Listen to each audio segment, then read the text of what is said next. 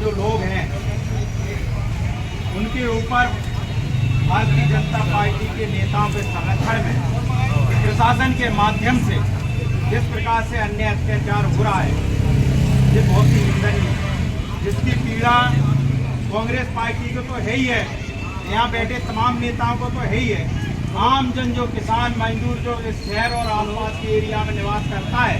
निश्चित तौर पे जब वो आपकी पीड़ा को मोबाइल के माध्यम से, सोशल मीडिया के माध्यम से, अखबार के माध्यम से, टीवी के माध्यम से पढ़ता है, तो निश्चित तौर पर उसके दिल में भी उतनी पीड़ा होती है जितनी पीड़ा आप लोगों को है।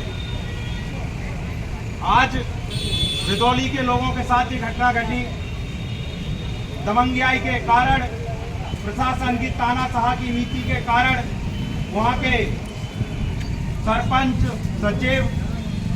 और पटवारी ने गरीब किसान मजदूर के व्यक्ति का घर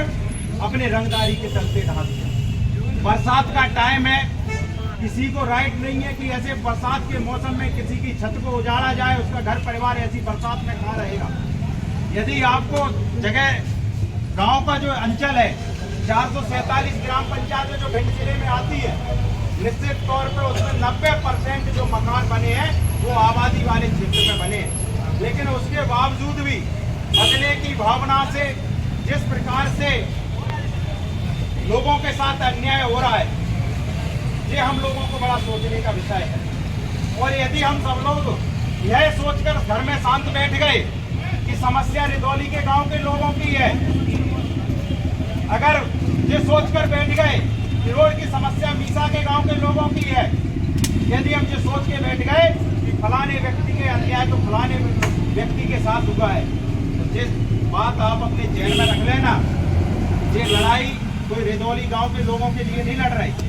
ये लड़ाई कोई मीसा गांव के लोगों के लिए नहीं लड़ रहे हैं, खड़का परा जवासा गांव के लोगों के लिए नहीं लड़ रहे। ये लड़ाई हम लोग अन्याय के विरोध में लड़ रहे हैं और एक परिवार जो पीड़ित परिवार है उसको न्याय दिलाने के लिए लड़ रहे हैं। यदि आज हम सब लोगों ने जो सोचा कि हम लोग आ गए, भाई मानसिंह भाई ने हमें देख लिए, इनने हमें बुलाया, हम आ गए और आज हम यहाँ से चले गए,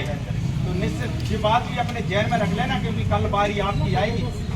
और जब कल बारी आपकी आएगी तो निश्चित तौर पे आज जिन लोगों के साथ अन्याय होगा, यदि उनके साथ आप ताकत के साथ खड़े नहीं हुए, तो आने वाले समय में तुम्हारे साथ भी खड़ा होने वाला कोई दिखाई नहीं देगा। इसलिए मैं कहना चाहता हूँ कि यदि तानाशाह सरकार हम दमनकारी नीति पे उतर आई है और जो यहाँ प्रशासन के अधिकारी हैं, लोग अधिकारियों को न्याय का देवता कहते हैं, आपसे उम्मीद की न्याय की गुहार लेके आते हैं। मैं आप लोगों से कहना चाहता हूँ, यदि आप लोगों की मंशा अन्याय करने की है, यदि यह न्याय की कुर्सी पर बैठा व्यक्ति यदि आप और हम लोगों पे अन्याय करेगा, तो निश्चित तौर पे ये बात मैं मान सकता हूँ कि हम लोग जो लोग जनसत्ता की दम पर जो लोग जो आंदोलन करेंगे वो तो करेंगे ही, लेकिन ऊपर वाला बैठा हुआ व्यक्ति भी आप लोगों के साथ न्याय करेगा और आप जो लोग अन्याय हम लोगों के साथ कर रहे हैं उसकी सजा भी आप लोगों को भुगतनी पड़ेगी। ये बात मैं यहाँ के कलेक्टर महोदय, एसडीएम महोदय, एडीएम महोदय और जिला प्रशासन और मैं जी कहना चाहता हूँ, इस आज यहाँ सारे लोग बैठे हैं, इस बात को भी मुझे कहने में कोई संशय नहीं है कि मानसिंह कुशवाहा के कदम इस जगह से जब हटेंगे, जब इन लोगों को न्याय मिल जाएगा, हम लोग प्राण देंगे। अगर किसी को कोई तकलीफ है, प्रशासन के लोगों को कोई पीड़ा है,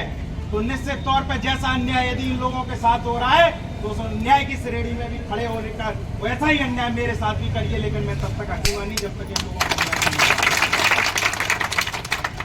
कैसा माहौल पैदा हो गया।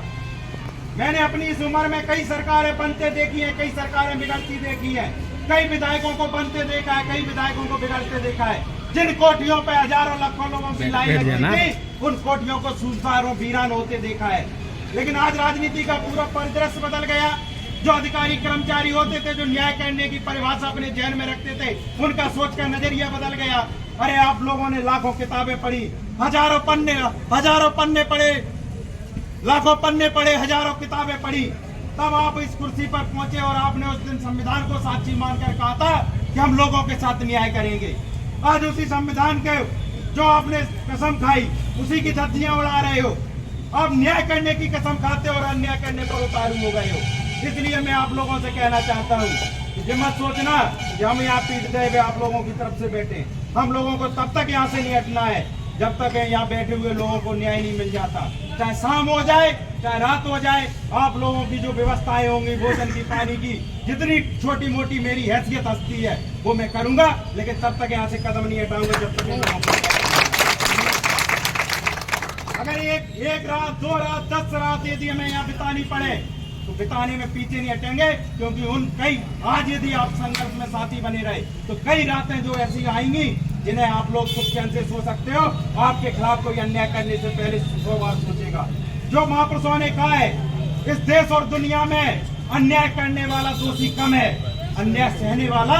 दोषी ज्यादा है। यदि आप लोगों ने अन्याय सहने की परपाटी पाली तो ये बात मान लेना, यह बात यही थमने वाली नहीं है, यही बात यहाँ रुकने वाली नहीं है। कई अन्याय का सिलसिला और बड़े स्तर पर बढ़ेगा। इसलिए मैं आप लोगों से कहना चाहता हूँ, यदि आप लोगों के साथ खिलाफ कोई अन्याय करे तो ईंट का जवाब पत्थर से देना, प्राणों की चिंता नहीं करना। कभी समय होगा, कभी हमारी आगे होगी तो हमें कोई बचाने वाला भी नहीं है। इसलिए मैं आप लोगों से कहना चाहता हूँ कि आज यह न्याय की लड़ाई है और इस न्याय की लड़ाई में आप सब लोगों का साथ होना हमारी ताकत है। आप सब लोग बिल्कुल दृढ़ संकल्पित होकर तब तक यहाँ से छिगने का नाम नहीं लेना जब तक यहाँ कलेक्टर साहब हम लोगों को जो हमारी मांगे हैं उस पर न्यायिक रूप से हम लोगों को आश्वासन नहीं दे देते, उन बातों को नहीं मान लेते, तब तक हम लोग यहाँ हटने वाले नहीं है। अभी हम लोग सूक्ष्म सूचना में आए थे, तैयारी हमारी यहाँ 11 बजे की केवल ज्ञापन की थी, लोगों को सूचनाएं भी नहीं है। यदि हम सब लोग यहाँ बैठे रहे तो ये सिलसिला थमेगा नहीं। हजारों और लाखों की संख्या में आए लोग, आपके भाई,